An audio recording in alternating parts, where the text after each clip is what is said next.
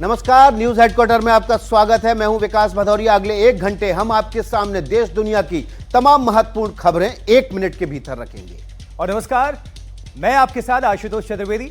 आइए करते हैं शुरुआत न्यूज हेडक्वार्टर की पहली खबर। विकास, चलिए पहली खबर आपके सामने रख देते हैं। पाकिस्तान के नापाक मंसूबों को गहरी चोट लगने वाली है। अब आ गया है हिंदुस्तान का नया शस्त्र। इन्हें भारत का नया शस्त्र है जो पाकिस्तान के हर अटैक को नाकाम करेगा और पाकिस्तान के हर हमले का तगड़ा मुंहतोड़ जवाब देगा। पाकिस्तानी हुक्मरानों की नींद उड़ाने वाली रिपोर्ट।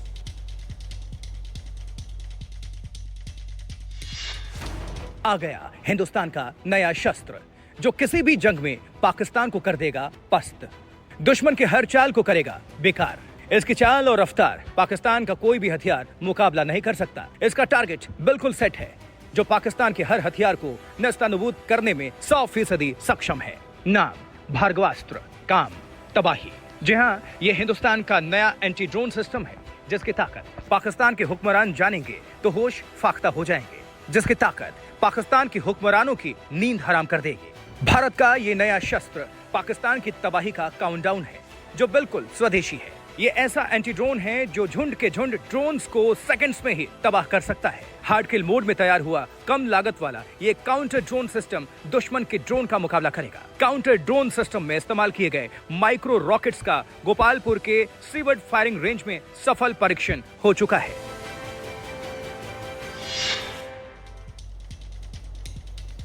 देखिए, आतंक को पालने पोसने वाला देश भारत के कूटनीतिक फैसलों से इस वक्त बैकफुट पर है, परेशान है। पाकिस्तान ने भारत से सिंधु जल संधि स्थगित करने के फैसले पर पुनर्विचार करने की अपील की है।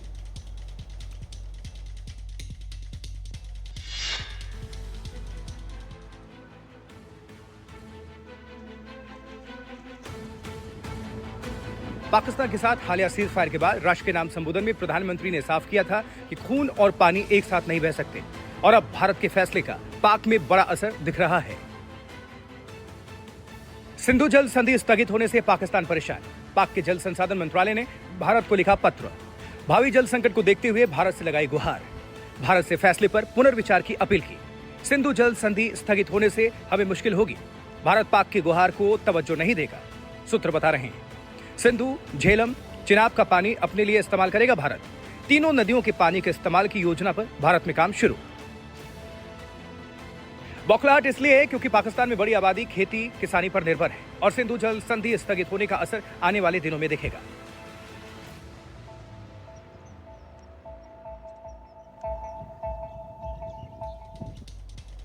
तो पाकिस्तान अब घुटनों के बल आ गया है और पानी के लिए 2 बूंद पानी के लिए घिघिया रहा है। सिंधु जल समझौता स्थगित करने के बाद भारत ने ताबड़तोड़ कार्रवाई की है।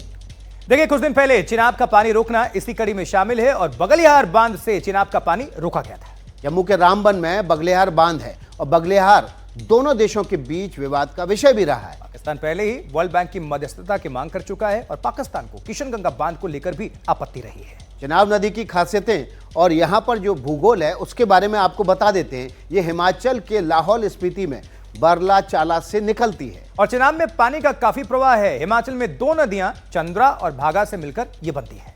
हिमाचल से जम्मू कश्मीर जाती है और उसके बाद ये नदी जो है वो पाकिस्तान का भी रुख करती है। लेकिन अब पाकिस्तान एक एक बूंद पानी को तरस रहा है और यही वजह है कि पाकिस्तान पानी के लिए अब गुहार लगा रहा है और पानी के लिए अपील कर रहा है। ऑपरेशन सिंदूर से बौखलाए पाकिस्तान ने भारत पर नाकाम हमला किया है। कई मिसाइलें दागी। पाकिस्तान की ज्यादातर मिसाइलें भारत ने हवा में ही मार गिराई। लेकिन कुछ फुस भी साबित हुई। जम्मू कश्मीर के सीमावर्ती गांव में ऐसे फुस बमों का अंबार लगा हुआ है जिन्हें क्लियर करने का मिशन चलाया जा रहा है भारत की तरफ से।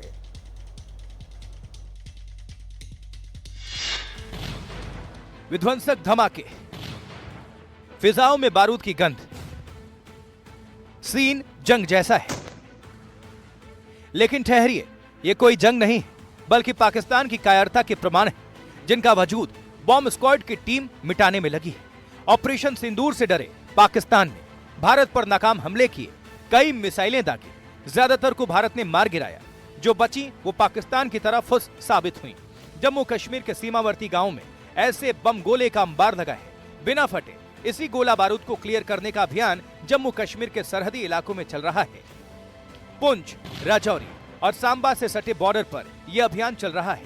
बॉम्ब स्क्वाड का दस्ता बिना फटे बम को डिफ्यूज करने में जुटा है ताकि कोई अनहोनी ना हो। ऑपरेशन सिंदूर से घबराए पाकिस्तान ने भारत के रिहायशी इलाकों में फायरिंग की थी। गोलीबारी में 23 लोगों की जान चली गई थी, जबकि 50 से ज्यादा घायल हुए थे।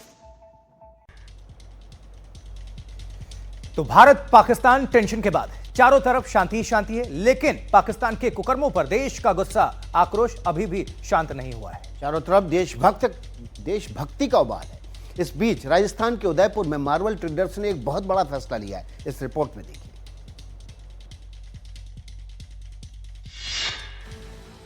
कहीं तिरंगा यात्रा तो कहीं पाकिस्तान के खिलाफ गुस्सा। आज पूरा देश एक है। भारतीय सेना पाकिस्तान को उसके किए की सजा पहले दे चुकी है, तो देश का हर शख्स अपने अपने तरीके से दुश्मन देश और उसकी मदद करने वाले को सबक सिखाने में जुटा हुआ है।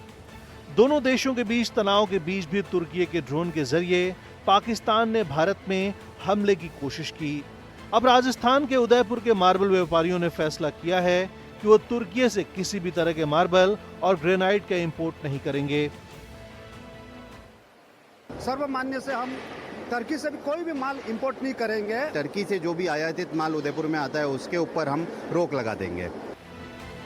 चाहे धंधे में नुकसान ही क्यों ना हो, लेकिन भारत को चोट करने वालों को भी चोट लगनी चाहिए। हिंदुस्तान एक है और मार्बल व्यापारियों ने अपने बड़े फैसले से प्रधानमंत्री मोदी को चिट्ठी लिखकर भी बता दिया।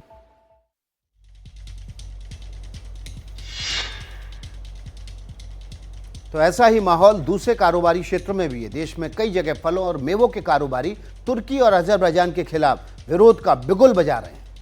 देखिए, इनका साफ कहना है, जो देश हमारे दुश्मनों के साथ खड़ा होगा हम उसका बहिष्कार करेंगे।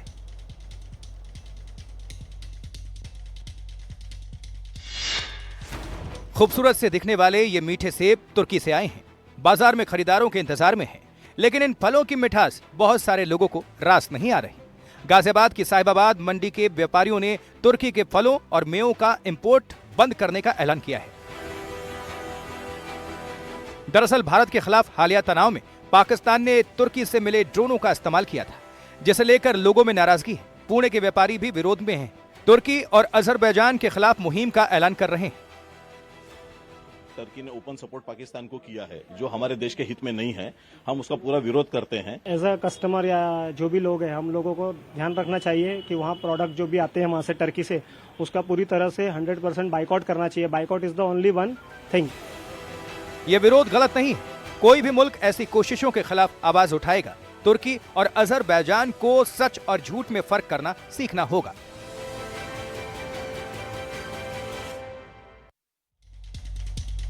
चलिए, कुछ ग्राफिक्स के जरिए आपको हम डिटेल्स पहुंचा देते हैं कि क्या अर्थव्यवस्था पर कितने भारतीय सैलानी, देश दुनिया से कितने लोग पहुंचते हैं। जी विकास, देखिए 6.2 करोड़ विदेशी पर्यटक हर साल तुर्की पहुंचते हैं और इसमें से 3.3 लाख भारतीय सैलानी शामिल होते हैं, यानी कि 3.5 लाख के आसपास भारतीय सैलानी टर्की पहुंचते हैं। जबकि 2023 से 20.7% ज्यादा भारतीय पर्यटक वहां पर पहुंचे। देखिए, ये जो इजाफा हुआ 2023 से 2024 में, वो 20.7%, लगभग 21% जो है पर्यटकों की संख्या तुर्की जाने वालों की बढ़ गई। राजस्व कितना है? डॉलर में है ये सब कुछ, $61.1 बिलियन। और भारतीय पर्यटकों का औसत जो खर्च है $972 है। और अगर इस हिसाब से बात करें तो हर भारतीय जितना $972 जो खर्च करता है, तो इस हिसाब से टर्की जाने वाले भारतीय जो है वो 600 मिलियन से ज्यादा डॉलर हम टर्की को राजस्व में जोड़ देते हैं। इसलिए कह रहे हैं बहिष्कार से नुकसान होगा टर्की को। करीब $291 मिलियन का नुकसान संभव है और अप्रत्यक्ष रूप से यानी इनडायरेक्टली आर्थिक नुकसान और ज्यादा है। पिछले सालों में ये कारोबार बढ़ा भी है टर्की के साथ। 2022-23 की बात करें तो $13.8 बिलियन का कारोबार भारत और टर्की के बीच हुआ है। और 2023-24 में $10.43 बिलियन का हुआ। 2023-24 में $6.65 बिलियन का निर्यात हुआ। और देखिए, ये जो निर्यात है अब उस पर भी संकट के बादल मंडराने लगे हैं और आयात तो बहुत सारे जो व्यापारिक संगठन है उन्होंने रोकने का फैसला कर ही लिया है। कुल 26 लाख पर्यटक, अब देखिए ये बात शायद अजरबैजान की आ गई है, जहां कुल 26 लाख पर्यटक, 2.5 लाख भारतीय सैलानी 2024 में। बिल्कुल अजरबैजान की बात है। 26 लाख पर्यटक अजरबैजान गए, उसमें से 2.5 लाख पर्यटक जो है वो अजरबैजान केवल भारतीय थे। और प्रति भारतीय पर्यटक औसत खर्च कितना हुआ? $1276। अब बहिष्कार से भारी नुकसान होगा अजरबैजान का भी। और देखिए यहां पर जो करीब $308 मिलियन का नुकसान अजरबैजान को उठाना पड़ेगा। आपको बता दें अजरबैजान ने भी पाकिस्तान का पक्ष लिया था और इसी वजह से भारतीयों की नाराजगी अजरबैजान के खिलाफ है। तो अप्रत्यक्ष रूप से कई आर्थिक नुकसान कई मोर्चों पर, और निश्चित तौर पर देखिए चीन की बात करें, टर्की की बात करें, अजरबैजान की बात करें, इन्होंने खुलेआम समर्थन दिया था पाकिस्तान की तरफ से। तो भारतीय जनता ये कह रही है कि कमाई यहां से और समर्थन वहां का, ये नहीं चलेगा। ऑपरेशन सिंदूर सफल रहा। बीजेपी ने आज देश भर में तिरंगा यात्रा निकाली। लखनऊ में मुख्यमंत्री योगी आदित्यनाथ ने खुद तिरंगा यात्रा का नेतृत्व किया। लखनऊ से 1100 किलोमीटर दूर ओडिशा में भी तिरंगा यात्रा निकाली गई। ओडिशा के मुख्यमंत्री मोहन चरण मांझी ने बाइक पर सवार होकर तिरंगा यात्रा की अगुवाई की।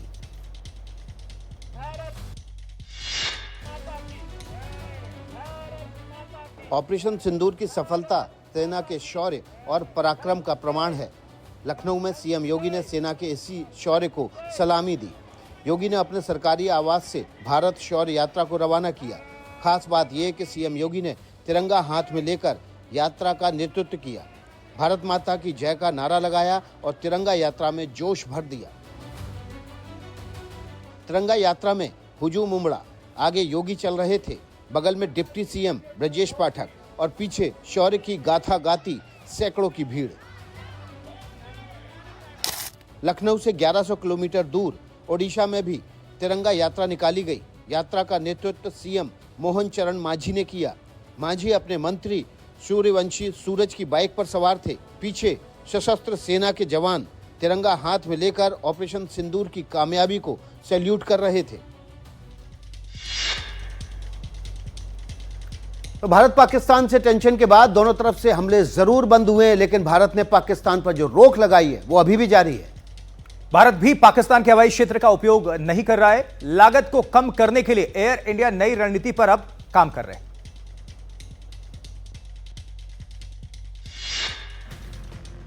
लंबा रूट, महंगा टिकट, जी हां, भारत के लिए पाकिस्तानी हवाई क्षेत्र बंद होने का यही असर है। लेकिन इसके लिए जरूरी है किराए में होने वाली बढ़ोतरी से बचने के लिए किसी वैकल्पिक रास्ते की तलाश।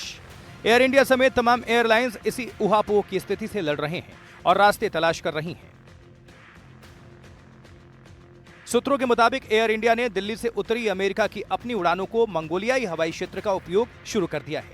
इसके अलावा एयर इंडिया ने दिल्ली से उत्तरी अमेरिका की कुछ उड़ानों के लिए एयरलाइन कोलकाता में तकनीकी स्टॉप बना रही है। फिलहाल एयर इंडिया उत्तरी अमेरिकी शहरों के लिए हर हफ्ते 71 उड़ानें संचालित करती है। उनमें से 54 सेवाएं दिल्ली से हैं। एयर इंडिया एयरलाइंस अमेरिका में Chicago, New York, Washington, San Francisco और न्यूयॉर्क, वहीं कनाडा में टोरंटो और वैंकूवर के लिए उड़ान भरती है। ज्यादातर सैन फ्रांसिस्को और वैंकूवर से एयर इंडिया की कुछ उड़ानें मंगोलियाई हवाई क्षेत्र का उपयोग करती हैं। ऑपरेशन सिंदूर के दौरान देश के लिए अपनी जान न्यौछावर करने वाले शहीदों को हिंदुस्तान कभी नहीं भूलेगा। इस ऑपरेशन के दौरान बीएसएफ जवान राम बाबू शहीद हुए। आज उनका पार्थिव शरीर उनके गृह क्षेत्र पहुंचा। गांव में उनका राजकीय सम्मान के साथ अंतिम संस्कार।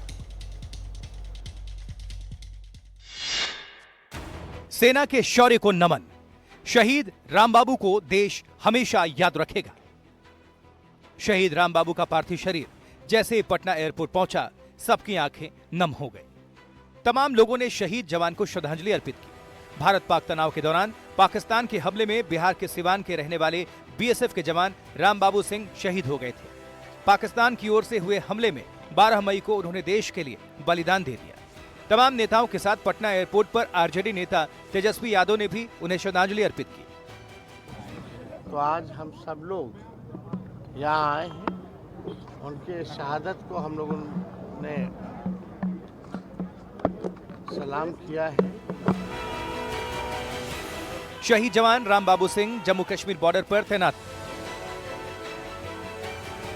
वो 27-28 साल के ही थे और कुछ महीने पहले ही उनकी शादी हुई थी।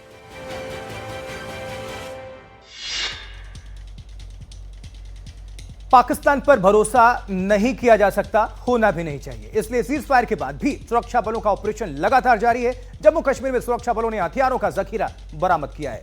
ये बरामदगी ऑपरेशन केरन के दौरान हुई है। 13 मई को दक्षिण कश्मीर के केरन में लश्कर के 3 आतंकी एनकाउंटर में मारे गए थे। इनमें से एक आतंकी कई हमलों में वांछित था।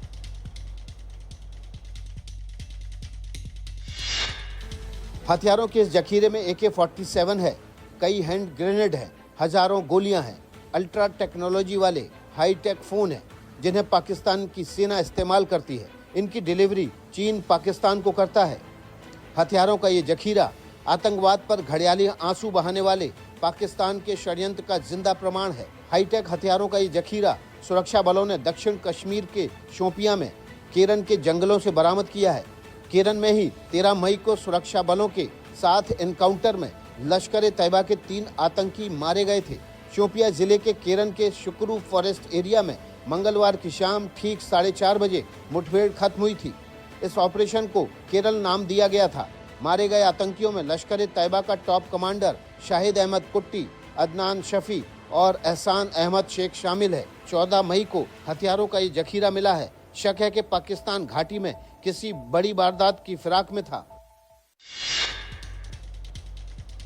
तो बड़ी बात यह है कि जो हथियारों की खेप मिली है उसमें चीनी सैटेलाइट फोन मिले हैं और ये सैटेलाइट फोन पाकिस्तान आर्मी को चीन सप्लाई करता है और ये सैटेलाइट फोन पाकिस्तानी आर्मी ने इन आतंकियों के हवाले कर दिए। चलिए अगली खबर का रुख करते हैं। जम्मू कश्मीर के मुख्यमंत्री उमर अब्दुल्ला ने सीमावर्ती इलाकों में पुंछ और कुपवाड़ा का दौरा किया है। कुपवाड़ा के तंगधार गांव में पहुंचे और वहां बने बंकर्स का भी जायजा लिया है।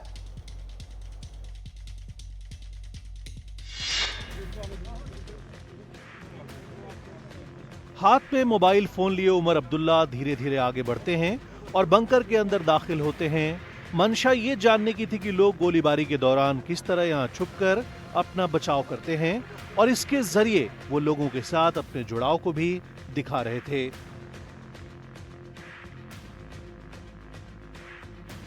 इससे पहले वो पुंछ जिले गए थे जहां पाक की गोलीबारी में कई लोगों की मौत हुई थी। उमर अब्दुल्ला प्रभावित इलाकों में थे। इसके अलावा वो उन परिवारों से भी मिले थे जिन्होंने पाक की कायराना हरकत में अपनों को खो दिया।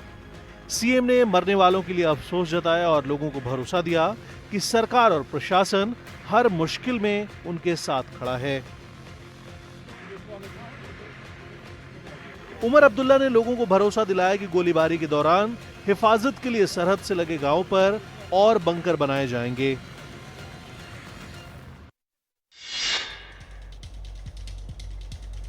एक तरफ नक्सल प्रभावित इलाकों में सुरक्षा बलों ने अभियान काफी तेज कर दिया है, दूसरी तरफ नक्सलियों को मुख्य धारा में लाने की कोशिशें भी जारी हैं। देखिए ऐसी कोशिशें कामयाब भी हो रही हैं। छत्तीसगढ़ के सुकमा में 14 नक्सलियों ने आज आत्मसमर्पण किया है।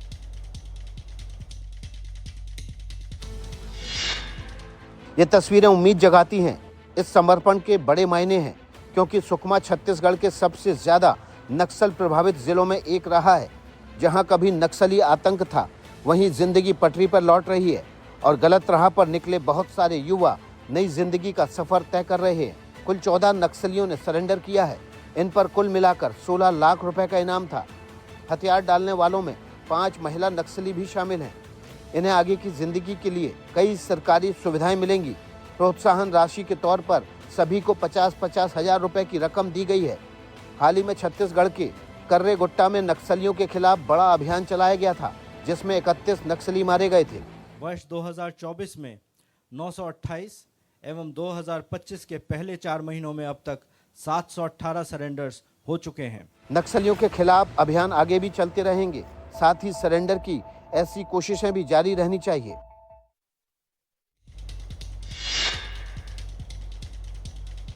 आईपीएल के 3 मुकाबले जयपुर के सवाई मानसिंह स्टेडियम में होने हैं। इसी स्टेडियम को बम से उड़ाने की बार बार धमकी मिल रही है और 4 दिन में चौथी बार राजस्थान खेल परिषद की ऑफिशियल ईमेल आईडी पर मेल भेजकर यह धमकी दी गई। लगातार मिल रही धमकियों ने सुरक्षा एजेंसियों के साथ आयोजकों की भी नींद उड़ा रखी है।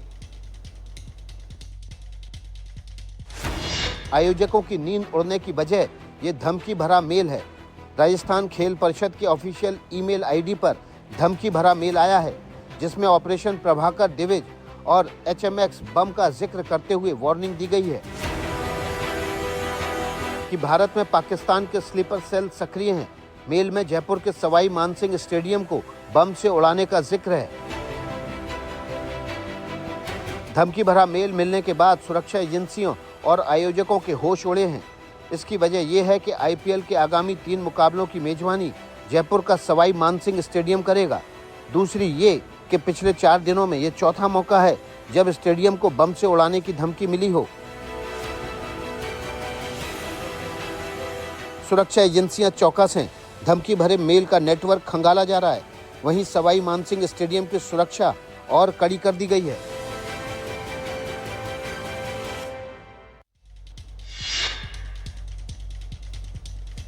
कर्नाटक के कई जिलों में बीती रात भारी बारिश हुई, जिससे काफी नुकसान की खबर भी है। कर्नाटक के गडग में पानी के तेज बहाव में एक शख्स के बहने की भी खबर है।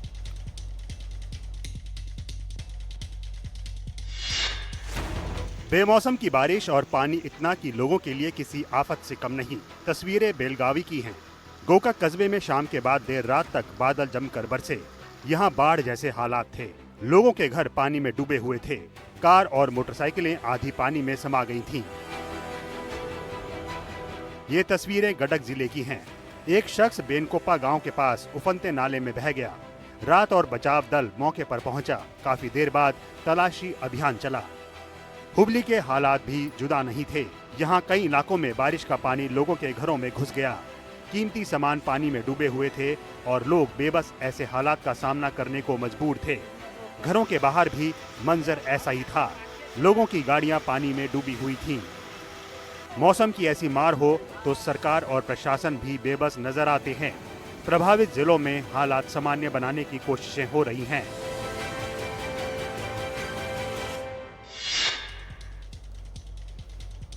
मौसम ने करवट ली तो देश के कई राज्यों में बारिश से लोगों को राहत की भी मिली है। मुश्किलें कोई कम होती भी नहीं दिख रही हैं। वहीं पूर्वोत्तर राज्यों में भी मौसम के बदले मिजाज का भारी असर पड़ा और एक दिन की बारिश के बाद कई जगह जलभराव की भी स्थिति। भारी बारिश के बाद देखिए शहर का हाल। भारी बारिश के बाद सड़कों और गलियों का हाल देखिए। जहां भी नजरें जाती हैं सिर्फ पानी ही पानी नजर आता है। एक दिन की बारिश से लोगों को भीषण गर्मी से राहत जरूर मिली, लेकिन पानी का सैलाब स्थानीय लोगों की मुश्किलों को बढ़ा रहा है। एक दिन की बारिश से सड़कें पानी से भर गई। जगह जगह जलभराव हो गया है। दफ्तर जाने वाले लोग हों या फिर स्कूल जाने वाले बच्चे, भारी मुश्किलों का सामना करना पड़ा है। ये वीडियो असम के डिब्रूगढ़ का है, जब रात भर की बारिश के बाद चारों तरफ हाल बेहाल दिखा, लेकिन बारिश से होने वाला संकट जल्द खत्म होता नहीं दिख रहा है। मौसम विभाग के मुताबिक पूर्वोत्तर में अगले 4 दिनों के दौरान बिजली गिरने और 30 से 50 किलोमीटर प्रति घंटे की रफ्तार से चलने वाली तूफानी हवाओं का दौर शुरू होने की संभावना है।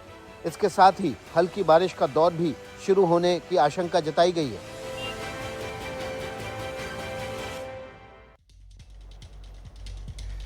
देखिए, एक तरफ मंगलवार को कई हल्की तो कई तेज बारिश से लोगों को राहत मिली, तो आने वाले वक्त में भी फिर से भीषण प्रकोप, इसको लेकर भी अलर्ट है। मौसम फिर कैसे करवट ले रहा है, मौसम विभाग ने कहां-कहां अलर्ट जारी किया है, आइए हम आपको ये विस्तार से समझाते हैं। देखिए, दिल्ली एनसीआर की बात कर लें तो दिल्ली एनसीआर में भीषण गर्मी का प्रकोप शुरू हो चुका है। तापमान 40 डिग्री सेल्सियस के आसपास पहुंचने की आशंका है और मौसम विभाग ने गरज चमक के साथ बारिश और तेज हवाओं के लिए ऑरेंज अलर्ट भी जारी कर दिया है। देश के अन्य हिस्सों में भी गर्मी अपने उफान पर है। उत्तर प्रदेश के बांदा में तापमान 44 डिग्री सेल्सियस से ऊपर है, जबकि उत्तर प्रदेश और बिहार के कई दूसरे जिलों में लू का अलर्ट भी जारी कर दिया गया है। वहीं बिहार के किशनगंज, अररिया और सुपौल जिलों में तेज हवा और बिजली गिरने की चेतावनी भी दी गई है। उत्तराखंड की बात कर लेते हैं। इस पहाड़ी राज्य में मैदानी इलाकों के मुकाबले भी तापमान पहुंच गया, यानी कि 40 डिग्री के आसपास इस पहाड़ी राज्य में भी पहुंच गया है। जबकि पहाड़ी क्षेत्रों में बारिश से कुछ राहत मिली है, लेकिन राजस्थान के बीकानेर और जोधपुर में तापमान 44-45 डिग्री तक पहुंचने की आशंका है। मौसम विभाग ने बताया है कि दक्षिण पश्चिम मानसून ने अंडमान सागर के आसपास कुछ हिस्सों में समय से पहले दस्तक दे दी है और इसके अगले कुछ दिनों में और तेज होने की संभावना भी है, आशंका कह लीजिए। और बताया यह भी जा रहा है कि 29 मई तक इस बार मानसून पहुंच जाएगा। रुड़की से खबर है अब। रुड़की के मैंगलोर कोतवाली इलाके में एक कार में भीषण आग लग गई और दूसरी गाड़ी तक की आग पहुंच गई और देखते ही देखते दोनों गाड़ियां जलकर खाक हो गई।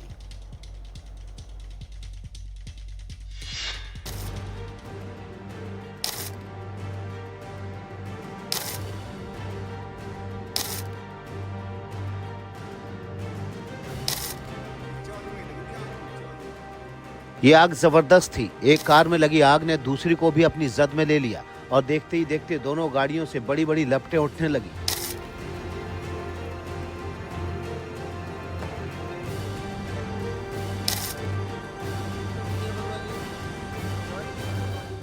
मंगलौर कोतवाली के मलानपुरा इलाके में आग का शोर उठते ही लोग घरों से निकल आए।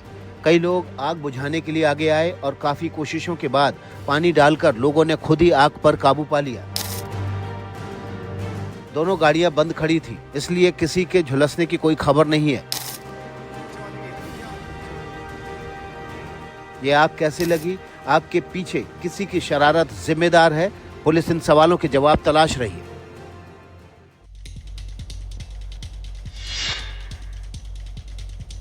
अब बात मध्य प्रदेश के नीमच की। इस शहर में 3 दिन में आवारा कुत्तों के आतंक की 2 तस्वीरें सामने आई। जहां रविवार को कुत्तों ने एक बच्चे को घेर लिया था, जिसकी बमुश्किल जान बची, और मंगलवार को भी एक बच्ची आवारा कुत्तों का शिकार बनी।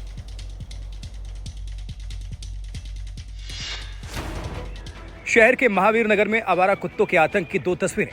ये तस्वीरें हैरान करती हैं। स्थानीय प्रशासन की लापरवाही और लोगों की मजबूरी को बयां करती हैं। पहली तस्वीर रविवार की, जिसमें आवारा कुत्ते एक बच्चे को दौड़ाते नजर आते हैं, और दूसरी तस्वीर मंगलवार की, आवारा कुत्तों ने एक बच्ची को बुरी तरह से जख्मी कर दिया। इन तस्वीरों पर काफी हंगामा मचा था। स्थानीय लोगों ने आवारा कुत्तों के हमलों के लिए नगर पालिका की लापरवाही को जिम्मेदार बताया था।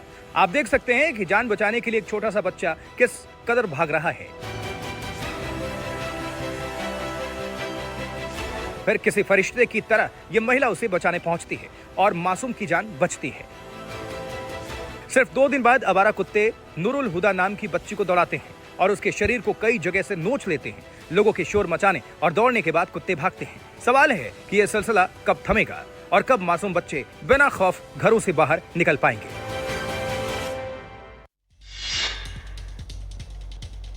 तो कुत्ते ने वहां अटैक किया, लेकिन इधर हरिद्वार में गुलदार ने एक कुत्ते पर अटैक कर दिया।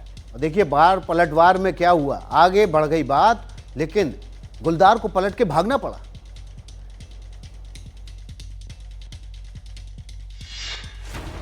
रात का अंधेरा, सड़क पर आराम से बैठा कुत्ता, तभी अचानक दबे पांव गुलदार आगे बढ़ता है और कुत्ते को दबोच लेता है। कहां गुलदार और कहां कुत्ता, बचने का कोई रास्ता नहीं था। अब जिसकी जिंदगी पर आई है वो शोर ही मचा सकता है।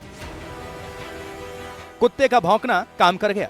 आवाज सुनकर आसपास के कई कुत्ते उसे बचाने दौड़े। कुछ तो इतने बड़े जानवर को देख दहल गए, पीछे मुड़ने पर मजबूर हुए, लेकिन कुछ 2-2 हाथ करने के मूड में थे। कई कुत्ते गुलदार से जा भिड़े। बिग कैट ने इतने बड़े हमले की उम्मीद नहीं की थी। कुछ देर तक वो भी अपनी ताकत दिखाता रहा, लेकिन फिर कुत्तों की एकता के आगे 10 गुना ताकतवर जानवर पीछे हटने पर मजबूर हुआ। यह वीडियो हरिद्वार के भेल इलाके का बताया जा रहा है। हालांकि इसकी पुष्टि नहीं हुई है, लेकिन गुलदार की चहलकदमी इलाकाइयों के लिए दहशत का सबब बनी है। दरअसल भेल क्षेत्र राजाजी टाइगर रिजर्व पार्क से लगा हुआ है और वहां से जंगली जानवर अक्सर आबादी में पहुंच जाते हैं।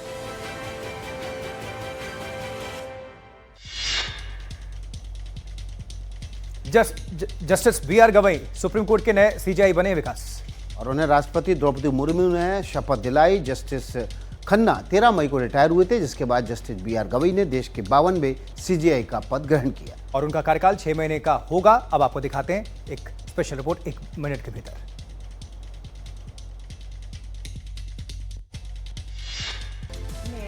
देश की सर्वोच्च अदालत की कमान अब जस्टिस बी आर गवई के हाथों में होगी। जस्टिस गवई देश के 52वें चीफ जस्टिस बन गए हैं।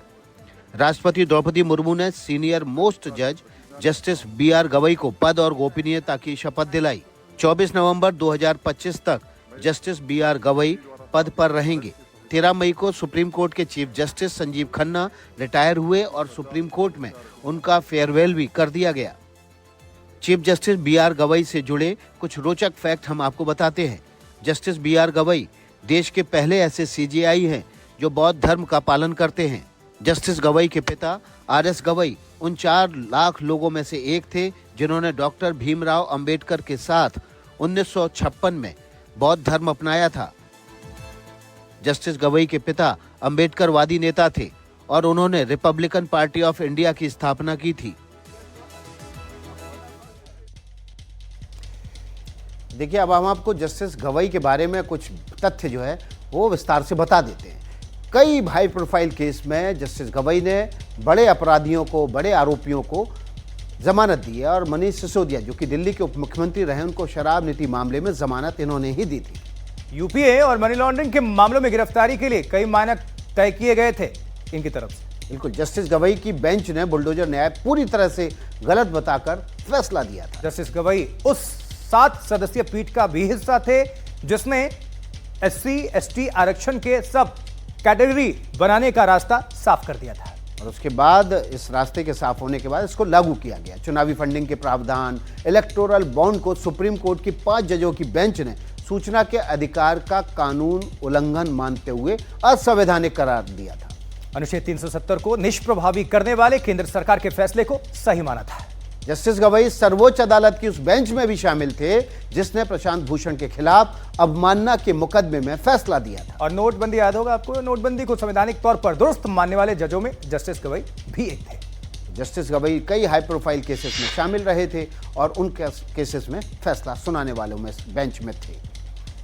जस्टिस भूषण रामकृष्ण गवई का जन्म 24 नवंबर 1960 को महाराष्ट्र के अमरावती में हुआ था। 14 नवंबर 2003 को बॉम्बे हाईकोर्ट के एडिशनल जज नियुक्त किए गए थे। BR गवई के चीफ जस्टिस बनने पर उनकी मां कमल ताई का भी एक रिएक्शन आया। NDTV इंडिया ने उनसे एक्सक्लूसिव बात की है, ये आपको जरूर सुनना चाहिए। आपका बेटा सबसे बड़े पद पे न्यायपालिका के बैठ रहा है, गर्व महसूस होता होगा। कभी सोचा आपने कि एक दिन जस्टिस गवई जो है ऐसे पद पर बैठेंगे? नहीं, गर्व से ज़्यादा सेटिस्फैक्शन है। हमने ये भी देखा कि किस तरह से आप एक स्लम टाइप एरिया में रहते थे। बहुत सारी मेहनत जो आपने भी की और जस्टिस गवई ने भी की, इसलिए उनको जनता का जज कहा जाता है, पीपल्स जज। तो वो जनता से जो उनका जुड़ाव है वो बचपन से है। नहीं, एक भूषण क्या है कि अपने फादर से ज़्यादा इन्फ्लुएंस, प्रभाव इसके ऊपर पड़ा है। साहब जहाँ जाते थे वहाँ उनके साथ ही रहता था। साहब जो काम बोलते थे, क्योंकि कुछ महत्व के काम भी करने पड़ते थे, तो अपने विश्वास का नज़दीक का आदमी कौन है कि जो अपन ने दिए हुए काम को अच्छी तरह से न्याय देगा।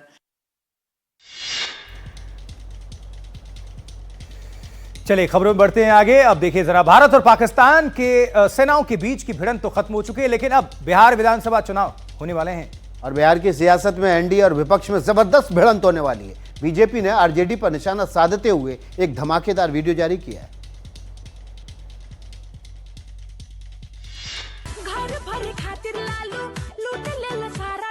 बिहार विधानसभा चुनाव करीब है और बीजेपी ने आरजेडी पर हमला तेज कर दिया है।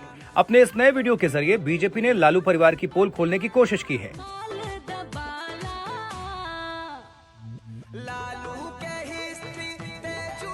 जहां जहां लालू और लालू का परिवार सत्ता में रहा, पावर में रहा, वहां वहां उन्होंने सिर्फ एक काम किया, जनता की गाढ़ी कमाई को सरकारी तरीके से लूटा। बीजेपी का वीडियो वायरल हुआ तो लालू परिवार की नजरों से दूर कैसे हो सकता है? जरा सुनिए बीजेपी के वीडियो प्रहार पर तेजस्वी क्या बोले। बीजेपी से क्या लेना देना है, जनता मालिक है, तो इस पे हमको कोई टिप्पा टिप्पणी करना नहीं, उनका तो काम ही है। ये तो वीडियो प्रहार है, लेकिन जमीन पर इसका असर क्या होगा तो बिहार चुनाव के नतीजों के बाद ही पता चलेगा।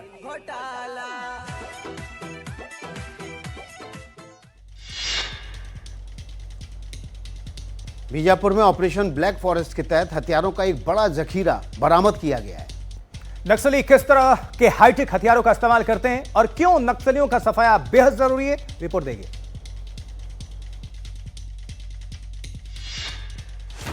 हथियार इतने कि इनसे एक पूरा शहर तबाह हो जाए। हथियार ऐसे जो एक शहर को मौत के मलबे में तब्दील कर दे। हथियार ऐसे जो एक साथ विनाश का मंजर दिखा दे। बीजापुर में ये हाईटेक हथियार नक्सलियों से मिले हैं।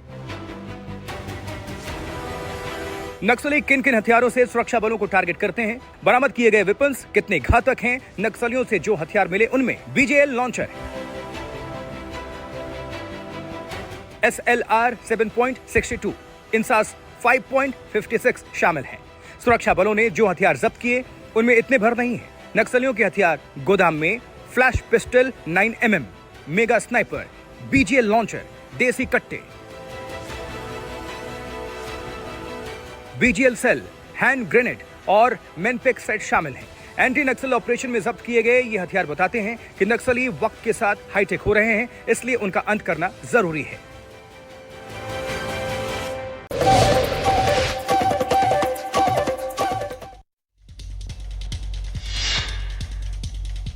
न्यूज हेडक्वार्टर में आपका एक बार फिर से स्वागत है। खबर का रुख कर लेते हैं। साल हज के लिए पूरी दुनिया से लोग सऊदी अरब में इकट्ठा होना शुरू हो गए हैं। भारत से भी कई फ्लाइट सऊदी अरब के लिए रवाना हो गई। भारत पाकिस्तान से तनाव कम होने के साथ ही श्रीनगर से भी हज करने वालों का दूसरा जत्था आज सऊदी के लिए रवाना हुआ। भारत और पाकिस्तान के बीच तनाव के बाद अब घाटी के हालात सुधरने लगे हैं। लोग अपने घरों से बाहर निकल रहे हैं। दुकानें आम दिनों की तरह खुल रही हैं। तो हज यात्रा करने वाले श्रद्धालुओं का जत्था भी रवाना हो गया है। हवाई यात्रा दुरुस्त होने के साथ ही हज यात्रियों का जत्था सऊदी अरब के लिए उड़ान भरने लगा है। बुधवार को एयरपोर्ट पर भारी भीड़ देखी गई। लोग अपनी अपनी बारी का इंतजार करते देखे गए। श्रीनगर से हज के लिए निकलने वाला ये दूसरा जत्था है। जम्मू कश्मीर के पहलगाम में 22 अप्रैल को अटैक हुआ था। इसी के बाद से भारत ने आतंकवाद के खिलाफ सख्त कदम उठाना शुरू किया था। अटैक के बाद 4 मई को हज के लिए पहली उड़ान भरी गई थी। इसी के बाद 7 मई को हज के लिए फ्लाइट ऑपरेट की जानी थी, लेकिन भारत ने पाकिस्तान के आतंकवाद पर रोक लगाने के लिए 6 से 7 मई की रात ऑपरेशन सिंदूर लॉन्च किया और हालात धीरे धीरे बिगड़ गए। अब जाकर हालात सुधरे हैं और हज यात्रियों का जत्था सऊदी अरब के लिए रवाना हो पाया है।